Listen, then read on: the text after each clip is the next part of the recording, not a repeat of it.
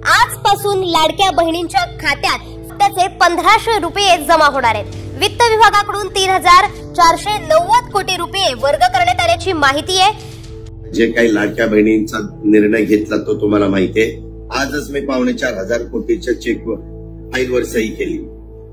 मे महिन्याचे माझ्या लाडक्या बहिणींचे पैसे देण्याच्या अकाउंटला माझ्या बहिणींच्या लाडक्या बहिणींच्या ते पैसे त्या बाबतीमध्ये जाते। लाडकी बहीण योजनेचा 11वा हप्ता अखेर सुरू झाला। 10 जिल्ह्यात वाटपाचे आदेश सकाळीच देण्यात आले आहेत, पण हा हप्ता आपोआप जमा होणार नाही। लाडक्या बहिणींसाठी 4 नवे नियम लागू झालेले आहेत। आता बँक खात्यामध्ये पैसे जमा होणार नाही। जे खातं तुम्ही योजनेला जोडलं होतं त्या बँक खात्यात पैसे जमा होणार नाही। लाडक्या बहिणींसाठी अर्जंट सूचना, आता फक्त मोबाईलच्या मेसेजची वाट बघत बसू नका। तुम्हाला वाटेल पैसे आपोआप येतील, पण आता तसं होणार नाही। तुम्हाला एक काम अर्जंट तातडीनं बँकेमध्ये करून जायचं आहे। जर ज्या बहिणी हे काम लवकरात लवकर पूर्ण करतील त्यांनाच पैसे लगेच जमा होणार आहे, पण ज्या बहिणी लवकरात लवकर हे काम करणार नाही, 4 नियमात बसणार नाही, त्यांना पैसे लगेच मिळणार नाही। पैसे यायला उशीर होईल, कदाचित त्यांची योजनाही बंद होणार। आता तुमच्यापैकी बऱ्याचशा जणींना प्रश्न पडला असेल की काही बहिणींना पैसे जमा होत आहेत, बऱ्याचशा बहिणींना पैसे जमा होत आहेत, बऱ्याचशा बहिणींना 11व्या हप्त्याचे पैसे जमा होत आहेत। पण तुम्हाला प्रश्न पडला असेल की मला का जमा झाले नाही, तर त्याचं एकच कारण आहे की बँकाने आणि शासनाने मिळून 4 नवीन नियम लागू केलेत। आता ज्या बहिणी या 4 नियमात बसल्या त्यांचंच नाव 11व्या हप्त्याच्या यादीत येणार आहे आणि त्यांनाच पैसे जमा होणार आहे। अत्यंत महत्वाचे नियम आहेत। हे नियम आजपासूनच कठोरपणे लागू झालेले आहेत। 2 दिवसाचा अवधी बहिणींना दिलेला आहे, फक्त 2 दिवसाचा वेळ।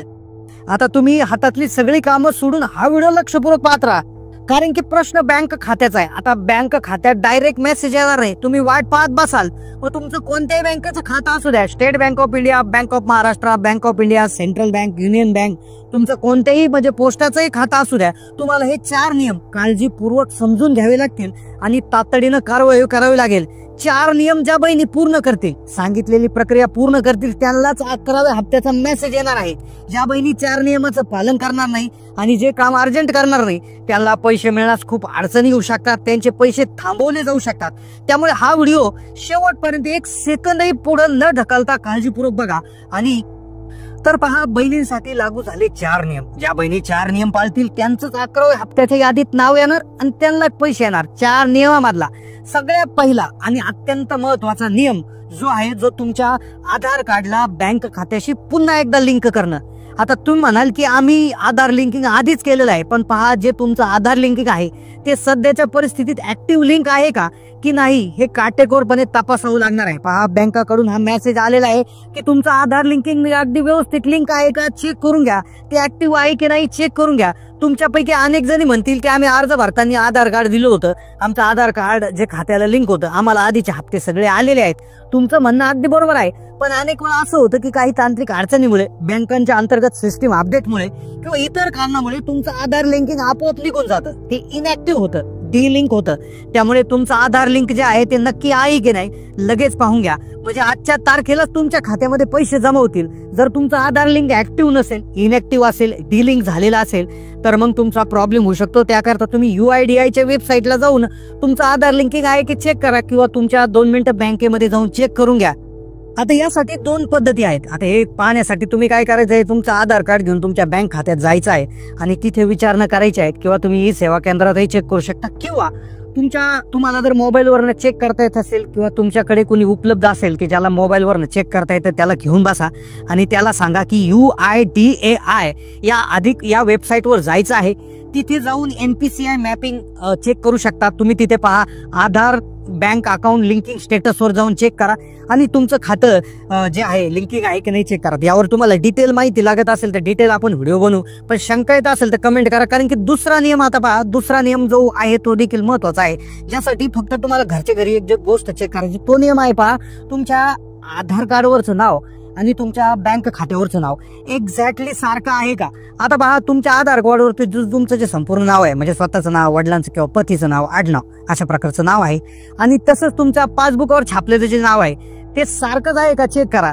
आणि तिसरी गोष्ट, लाडकी बहीण योजनेचा फॉर्म भरताना जे सरकारकडे तुम्ही नाव कळवलेलं आहे तर या तीनही नावं तंतोतंत जळणं आवश्यक आहे. नावाच्या स्पेलिंग मध्ये एक अक्षराचा किंवा मराठीत नाव असेल तर काना मात्रा वेलांटीचा सुद्धा फरक आता जमणार नाहीयेत.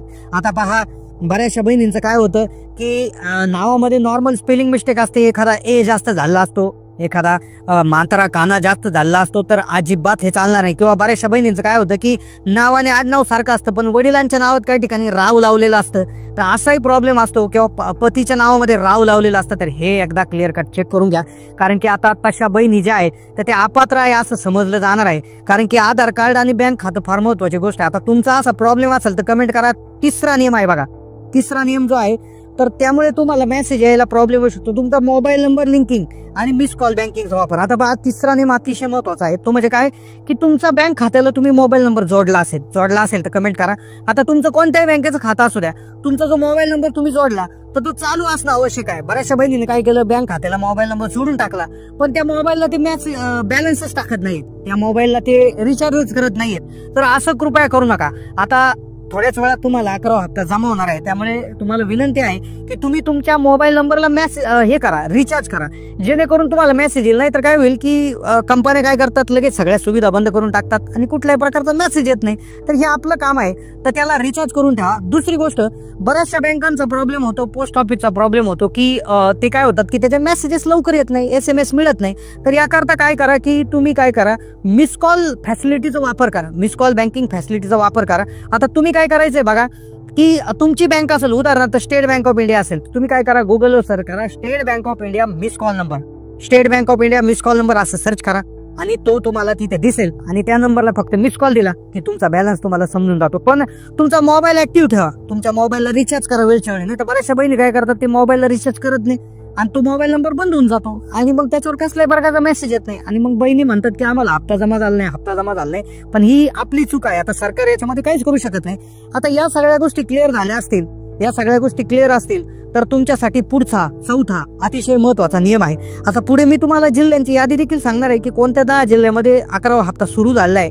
त्या जिल्ह्याच्या यादीत तुमच्या जिल्ह्याचं नाव येतं का काय तेही बघून घ्या. कारण की त्या जिल्ह्यात जर तुमच्या जिल्ह्याचं नाव जर येत असेल आणि तुम्हाला मेसेज जर आला नसेल तर मग थोडंसं काळजी करण्याचं कारण आहे. त्यामुळे तुम्ही काय करा, लवकरात लवकर ह्या गोष्टी बघून घ्या. आता चौथा आणि अतिशय महत्वाचा नियम आहे की ज्यामध्ये आता बँक खात्याचा नाहीये तर हा सरकारचा नियम आहे. बघा, हा जर नियमात तुम्ही बसले नाही तर विदाऊट एनी इंटिमेशन किंवा कुठलीही वॉर्निंग न देता तुम्हाला योजनेमधून डायरेक्ट बाहेर काढण्यात येणार आहे. पहा, यातला पहिला आणि अत्यंत स्पष्टीकरण असणारा नियम आणि काळजीपूर्वक तुम्ही ऐकायचंय. पहा, तर हा यातला आता हा चौथा नियम म्हणजे ही योजनेची पात्रता आहे. बघा, योजनेची पात्रता आहे तर ज्या अंतर्गत 4 महत्वाचे मुद्दे आहेत तर त्या मुद्द्यात तुम्ही बसणं गरजेचं आहे. तर पहिला जो मुद्दा याच्यामधला आहे की कुटुंबाकडे 4 चाकी वाहन नसणे. आता पहा, सरकारने वेळोवेळी क्लिअर केलेलं आहे की ज्या बहिणींच्या घरामध्ये 4 चाकी वाहन आहे, 4 व्हीलर आहे, मग ते भाड्याने कामासाठी लावलेलं असू द्या किंवा कर्जाने विकत घेतलेलं असू द्या, काही असू द्या, सरकार स्पष्टपणे म्हटलंय की तुमच्याकडे 4 चाकी वाहन हे नसावं. मग 4 चाकी वाहन जर तुमच्याकडे असेल मग ते तुमचं असो, तुमच्या कुटुंबाच्या मालकाचं म्हणजे तुमच्या पतीचं किंवा तुमच्या घरातील सासऱ्याचं कोणाच्याही नावावर असू द्या तर ते तुमचं चालणार नाहीये, हे लक्षात घ्या. त्यामधून आता RTO विभागाकडून याद्या आलेल्या आहेत, याद्या महिला बाल विकास विभागाकडे गेलेल्या आहेत. आता त्या यादीनुसार तपासणी सुरू आहे. तुमच्या घरोघरी चौकशी आता इथून पुढे होऊ शकते.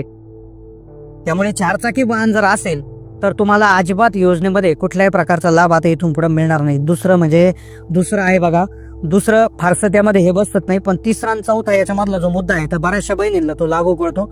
आता यातला दुसरा जो मुद्दा आहे तो म्हणजे शासकीय नोकरीचा आहे. बघा, आता बऱ्याचशा बहिणींच्या घरामध्ये कोणी शासकीय नोकरदार असेल, मग तो जिल्हा परिषद असू द्या, नगरपालिकेत असू द्या, पंचायत समितीत असू द्या, स्थानिक स्वराज्य संस्थेमध्ये असू द्या, कायम असू द्या किंवा कंत्राटी स्वरूपात असू द्या, मानधनावर असू द्या, तर हे आता चालणार नाही. बहिणींनो लक्षात घ्या, कोणीही जरी घरामध्ये सरकारी नोकरीला जात असेल तर तुम्ही तुमचा अर्ज रद्द करून घ्या. पुढचा जो पॉइंट याच्यामधला मुद्दा आहे तो म्हणजे आयकर भरणा. आता बऱ्याचशा बहिणींच्या घरामध्ये कोणतरी खाजगी नोकरदार असतो पण तो जर टॅक्स भरत असेल, तो जर आयकरदाता असेल तर याचा अर्थ असा होतो की तुमच्या घरचं टोटल उत्पन्न जास्त आहे आणि तुम्ही योजनेसाठी अपात्र होऊन जाता. आता आयकर विभागाकडून देखील याद्या मागवल्या आहेत असं देखील माहिती न्यूज चॅनलच्या माध्यमातून मिळत आहे. त्यामुळे तुमच्या घरामध्ये जर कोणी आयकरदाता असेल आणि त्याची माहिती जर आयकर विभागाकडून जर महिला बाल विकास विभागाला मिळाली तर तुमचं नाव देखील तातडीने कॅन्सल होईल आणि तुम्हाला मेसेज येणार नाही. तसेच आता तुमचं घराचं उत्पन्न, आता हा चौथा मुद्दा महत्वाचा आहे की टोटल तुमच्या घराचं उत्पन्न जे आहे तर ते 2.5 लाख रुपयाच्या आत असणं आवश्यक आहे. बऱ्याचशा बहिणी आता 2.5 लाख रुपये म्हणजे फारसे नाही आहेत, महिन्याला 20,000 रुपये जरी झाले तरी तुमचे साधारणपणे 20 ते 30,000 रुपये जरी झाले तरी 3,60,000 रुपये होतात. तर साधारणपणे पूर्ण घराचं उत्पन्न मिळून जेव्हा 2.5 लाखाच्या वर जात असेल तर तरी त्याही घरातल्या बहिणी जेवढ्या असतील नसतील तेवढ्या ते सगळ्या अपात्र होणार आहे. तर या 4 नियम तुम्ही लक्षपूर्वक समजून घ्या, त्यानुसार कारवाई करा. आधार कार्ड लिंकिंग चेक करा, आधार कार्डवरचं नाव, बँक खात्यावरचं नाव चेक करा, तुमच्या घरामध्ये जे सांगितले ते व्यवस्थित बघा. तर या सर्व गोष्टींच्या चौकशी ज्या महिला करतील त्यांनाच हप्ता येईल, अन्यथा येणार नाही. तर अशाच नवनवीन व्हिडिओसाठी चॅनलला सबस्क्राईब करून द्या आणि जास्तीत जास्त माता भगिनीला व्हिडिओ शेअर करायला विसरू नका. धन्यवाद.